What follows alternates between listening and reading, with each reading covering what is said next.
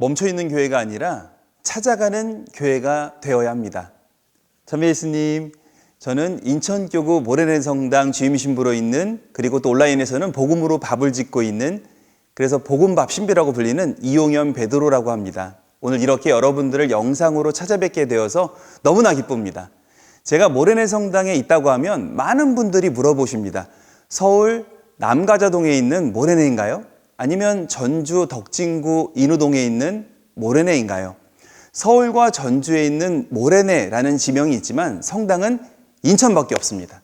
저는 모래내 성당에 3년 전인 2022년에 부임을 했습니다. 그 전까지는 인천교관에 있는 성당으로 그 위치를 정확하게 알 수가 없었습니다.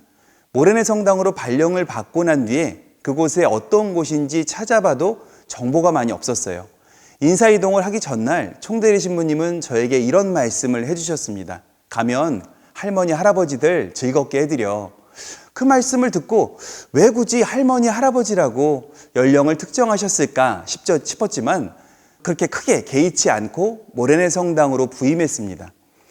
모래내 성당으로 부임하는 날 아침 성당으로 향해 가는 길에 분명 도시 한가운데였는데 도착해보니 오래된 단층 연립주택들이 질비한 골목 가운데 성당이 있었습니다. 차에서 내려 환영 오신 신자분들을 바라보면서 할머니, 할아버지들을 즐겁게 해드려라고 말씀하신 총대리 신부님의 말씀이 떠올랐습니다. 저보다 나이가 어린 사람은 한 분도 없고 그야말로 초고령 사회의 포본을 보는 것 같았습니다. 신자분들과 인사를 나누면서 정신이 번쩍 들었습니다. 2022년 코로나의 어두운 터널을 막 빠져나오려고 하는 지금 내가 이곳에서 무엇을 해야 할까 하는 생각이 떠올랐습니다. 그날부터 제가 마음속에 늘 새기고 있었던 것은 신자들이 찾아오기를 기다리지 말고 찾아가야겠다 였습니다. 3년간 본당에서 약한 또 소외된 신자분들을 찾아가는 일을 많이 했지만 특히 봉성체 하시는 분들을 위한 마음을 좀 더 쓰고자 했습니다. 봉성체라는 뜻은 몸이 불편하셔서 성당에 못 오시는 분들을 성당으로 오시지 못하는 분들을 성체를 집으로 가져다 드리는 것을 지칭합니다. 그런 분이 저희 성당에는 많으신데요. 모두가 다 아픈 분들보다는 고령이신 분들이 많았습니다. 한 해 한 해 봉성체를 하면서 나아지기보다는 더욱 육체적으로든 정신적으로든 쇠약해지는 모습을 바라보고 있으니 마음이 아팠습니다. 그러던 어느 날 3년 동안 봉성체를 하시던 분이 갑자기 돌아가시는 상황을 만났습니다.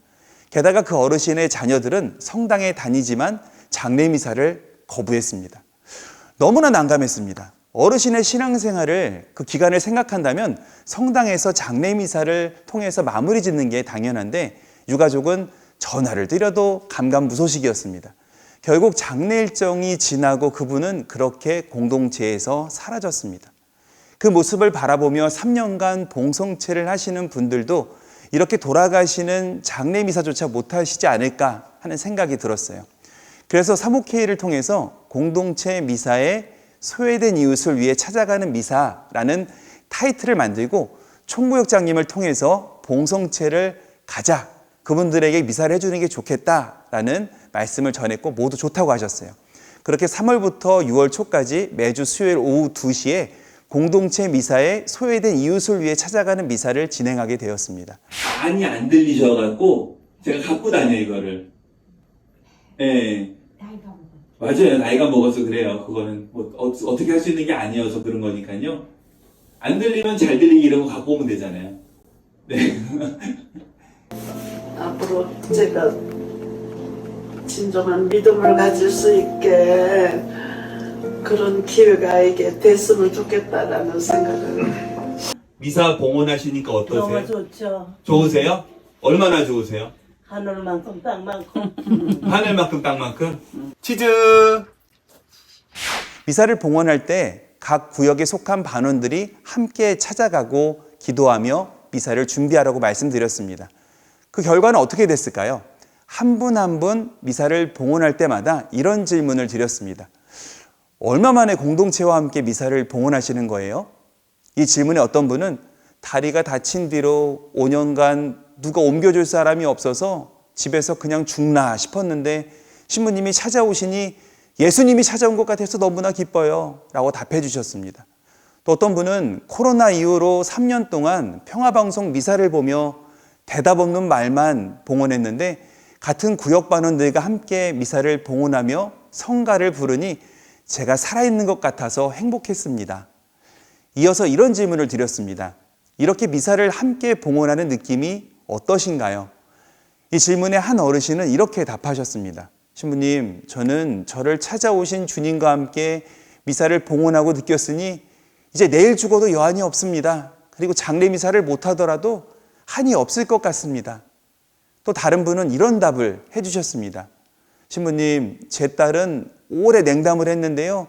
신부님이 찾아오셔서 미사를 해주신다는 이야기를 들었더니 너무나 감사하고 성당에 다시 나가봐야 되겠다는 말을 했습니다. 미사만으로도 이렇게 기쁜데 딸아이가 냉담까지 푼다고 하니 저는 더한 여한이 없습니다. 또 이렇게 미사를 함께 봉헌하신 분들은, 또 구역원들은 이렇게 말씀을 하셨습니다. 저희 구역에 이렇게 아픈 분이 계신지 몰랐습니다. 앞으로 시간을 내어서 찾아뵙고 함께 기도하고 인사를 나눠야겠습니다. 또 다른 분은 이런 말씀을 해주셨습니다. 나중에 제가 나이 들고 아플 때 신부님이 찾아와서 미사를 봉헌해 주신다면 저는 편하게 눈을 감을 수 있을 것 같고 이런 사제들과 함께 산다는 게 너무나 행복할 것 같습니다. 라는 말씀을 해주셨습니다. 저도 공동체 미사로부터 소외된 이웃을 위해 찾아가는 미사를 봉헌하면서 떠오른 복음 구절이 하나 있었습니다. 요한복음 10장 11절에서 13절의 말씀인데요. 나는 착한 목자다. 착한 목자는 양들을 위하여 자기 목숨을 내놓는다. 삭구는 목자가 아니고 양도 자기 것이 아니기 때문에 이리가 오는 것을 보면 양들을 버리고 달아난다. 그러면 이리는 양들을 물어가고 양떼를 흩어버린다. 그는 삭군이어서 양들에게 관심이 없기 때문이다. 본당 신부로 살아가며 하나의 몸으로 여러 사람을 상대할 때는 이것만으로도 힘이 붙이다는 생각이 들곤 합니다. 그런데 분명 시간을 내면 낼 수 있고 만나야 하는 신자가 있다면 찾아가야 하는 것이 목자로서의 사명이라는 생각이 듭니다. 코로나를 경험하면서 우리는 너무나 많은 양들을 잃어버렸다는 생각이 듭니다. 그리고 그들이 찾아오지 않는다는 이유로 찾아갈 생각도 하지 못하는 것이 사실입니다. 저에게 그런 유혹이 들려고 할 때 저는 제가 양들을 위해 목숨을 바치기 위해 성당에 파견된 사람이지 그냥 주어진 일을 하며 월급을 받는 삭군이 아니라고 생각이 듭니다. 찾아가는 미사를 봉헌하며 제일 많이 들었던 말은 이 말이었습니다. 아이고 신부님 바쁘신데 이렇게 시간 내주셔서 감사드립니다. 신부님이 이렇게 힘드신데 여기까지 와주시니 감사드립니다. 솔직히 말해서 그 말씀을 들으면 좀 부끄럽습니다. 그렇게 몸이 쪼개질 정도로 바쁜 적도 없었고 봉성치 않은 15분이나 가정미사를 봉헌하는 30분이나 다르지 않다는 생각이 들었기 때문입니다. 이 미사들을 봉헌하면서 주위 신부들에게 이런 말을 많이 들었습니다.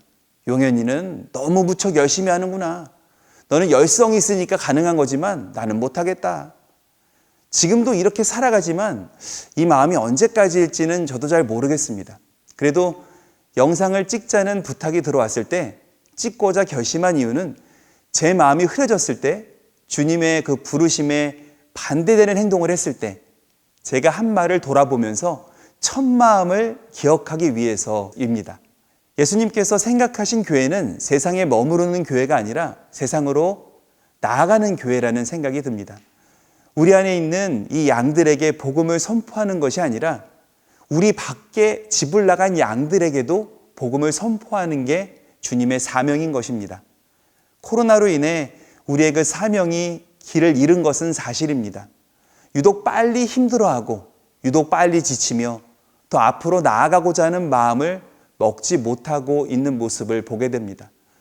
저는 이 작은 행동이 세상에 복음을 전하고자 하는 마음을 먹는 분들께 힘이 되기를 바라봅니다. 이번 한 주를 살아가시면서 혹시 주위에 소외받는 분들이 있다면 그분들에게 작은 인사와 안부를 한번 건네보시기를 바라봅니다.